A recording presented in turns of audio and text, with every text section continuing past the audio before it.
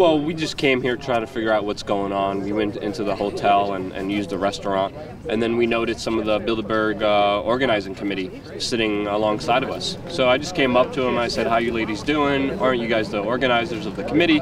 We're very respectful. I asked them if I could buy them drinks so we could have a talk, so we opened up the dialogue, because they're very secretive here. They got a lot of things to hide.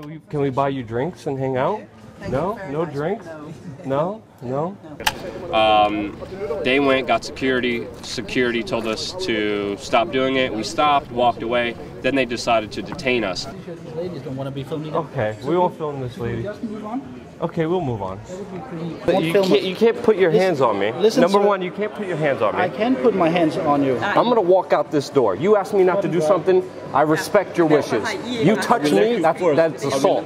And then they illegally held us and wouldn't let us leave the venue. They locked the doors. They were shoving people around. They my gear. You can't touch my gear. Listen. No, you can't. They don't. Move. He's still filming there. Yeah, and you don't have the right to It's locked. Hey, man, stop touching me. Dan? Listen. No, hey. You don't have the right to say. They tried to delete our footage. They deleted footage from other journalists, which is their own personal property. So they destroyed evidence. And then they called the police. The police came here, illegally ripped off the video camera around my neck, said that they were going to charge us with possession of drugs. There was no drugs at all. And then sent us to jail for a couple hours and then let us go with no charges. So it was a clear message that, you know, if you try to get any kind of transparency, if you try to get a dialogue, even if you ask them politely what's happening, they will throw you in jail. This is for my protection now. We don't want no problems with you guys. Yeah. These guys assaulted us. We have video camera footage. Turn it off. We have video camera footage. Turn it off. We have video camera footage. No, this is listen to me. But turn it off, or I will take it. But listen, You're sir. not allowed Hold on. Listen to me. Nej, det kan du ikke. Relax, calm down. They will try to destroy your personal property, and they will assault you and harass you like they did to our friends. So the first people that detained you, they weren't actual policemen? I don't know who they were, but they were associated with the Bilderberg group. As you know, the Bilderberg group just takes over the entire hotel. They bring in staff, they bring in security. U.S. Secret Service is also here protecting these guys. NATO security is also here protecting these guys. I was talking to some of the NATO security guards right before my arrest here. And they were flown here, especially from the United States, just to protect this area. So we have NATO security, we have Secret Service, we have other intelligence agencies here, MI5 is here. So I don't know who I was speaking to, but it was a representative, one of the security guards from Bilderberg. What was their take on their duty or their tasks here in Copenhagen? Well, we never even got that far. The only place we got is them telling us to stop filming, to delete our footage, and that we're going to be arrested, and that we were under arrest and held there for asking a question. That's all we did. We were polite. We weren't confronting. We weren't loud. I was talking in a very low voice, and I just asked them, hey, can we talk about the agenda? Can we have a conversation? Can I buy you some drinks? Automatically, just you're going to jail. Delete your footage. Don't even dare try to talk to us, or we're going to arrest you. Which they did, but it doesn't hinder me. I'm not afraid of them.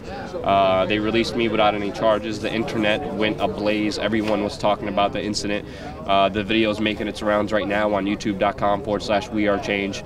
Full video and HD's there to show you what we had to go through. So, have you been to other Bilderberg meetings? Yes, I've been to other Bilderberg meetings in Switzerland, in the US, in England. So this is the 5th Bilderberg group that I'm covering. Very similar incidences happened there where we're followed by police, detained, interrogated, had our passports taken away in Switzerland, had a police car follow us around. It's really just insane. As a journalist, trying to ask questions, trying to figure out what's going on, to be treated like a criminal. What's their aspect of press freedom? Well, they don't allow any press inside the Bilderberg meeting. They harass the independent journalists that are out there, and the mainstream media journalists, well, their bosses, the people who own them, the big companies that control them, are inside. So you're not going to hear a bleep about the Bilderberg group from them. From your experience or your thoughts, well, what's the reason to why they can't talk about what's happening during the conference? Well, that's why I want to know. we could always theorize. There's a lot of theories going out there. There's a lot of speculation. I'm here to get rid of that speculation. I'm here to open up the dialogue and figure out what's happening. And they're closing their doors off, which only shows that they're hiding something very sinister and very evil. You can clearly see that by the way they act. We're going to break us in jail. There's no chance. We're going to go down. Humanity is going to be free.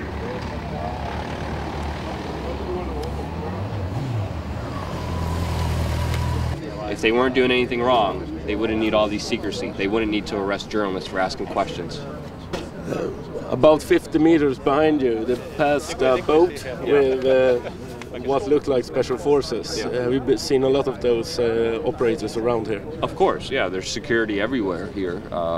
They put up special film on the windows so no one could see inside. There's security officials everywhere. They lock down this entire area, and it's just paranoia. You know, they're paranoid of people outside who are trying to, you know, bring attention to this, which is ridiculous. It's insane. What has the public thought about the work that you're doing? What's their reaction? Well, it depends. Sometimes we get praise, but it all depends on the person watching to decide for themselves. We've been able to work fully independently with the support of our viewers. Our viewers see what we're doing, see that we're not supported by any big corporation or big business. We have no bosses. We're able to cover this because we get support from the audience. If it wasn't for the audience donating, buying the shirts, helping us out, we wouldn't be here. So I'm still working. So the audience is there and they respect it. A couple of days ago, you had an interview with a person, a 9/11 survivor, and it went viral. Can you tell some about this interview you had? Well, we try to cover anything and everything that the mainstream media is not talking about, and one of them is 9/11. We were actually able to talk to a firefighter who was there on that day of 9/11, who witnessed Building 7, who lived through the horrors, who lost his friends. It's an incontrovertible fact. Those buildings were brought down. But what the problem is, and what architects and engineers is all about, is bringing that news to the public, because the mainstream media has failed to do it. And he responded to American mainstream media painting anybody raising questions as these crazy theorists. He, you know, made the point. We're not theorists. We're family members, we're rescue workers, we're survivors. We are here asking questions, demanding answers, and we're not getting any of them because you guys are not doing your job and just being public relations for your big bosses and big government.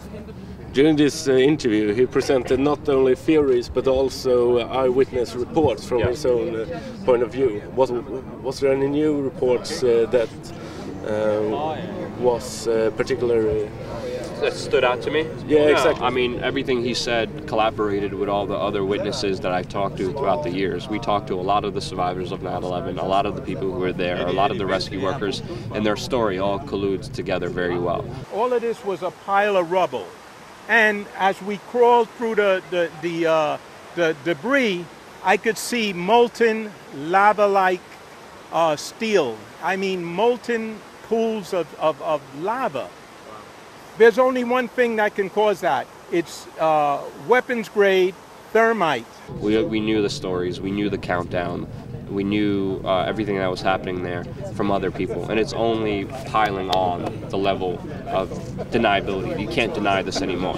There was no official investigation into 9/11. It was a fraud. They didn't do their job properly. They, even as the government, said that themselves. So, you know, asking questions is what rightfully needs to be done, and it's just sick seeing mainstream media in America attack anybody doing that. And you said that the police had similar tactics when you handle this kind of questions in the United States. Has been an incident? Yeah, I mean, we've been arrested, we've been harassed, we've been interrogated, we're banned from Canada. Can't go into Canada for 10 years because we do videos and question things respectfully too. We don't, you know, scream and go crazy. But yeah, I mean, Michael Bloomberg, former mayor of New York City, had me arrested for asking questions. You know, I thought it was going to happen again like it did in New York City. But in New York City, I'm going to an event. The police stop me, tell me to stay in this area. I'm filming. They come back saying, we asked you to leave. Why didn't you leave? Put handcuffs on me and say I was trespassing. That's why I was worried about what was happening here, because they were trying to make sure I did not leave. You can't lock me out. You're locking me out of the venue. No, you can't. You can't do that. Even though I had video footage in New York City, they deleted it. I thought they were going to do the same here, and that's why I had to get out of there. When they were trying to lock me in and detain me illegally when they weren't any kind of official police department here. So what will happen during the next few days? This meeting will go on, the conference will end on June 1st. Yeah. And will you stay here for the entire time? Yeah, it should be interesting to see what will develop, what will happen. You never know. It's always unexpected. It's always very fluid. So I'm excited. You never know what's going to happen covering Belderberg. I hope to see you more during the couple of days we have ahead of us. You definitely will. All right, man. Nice meeting you.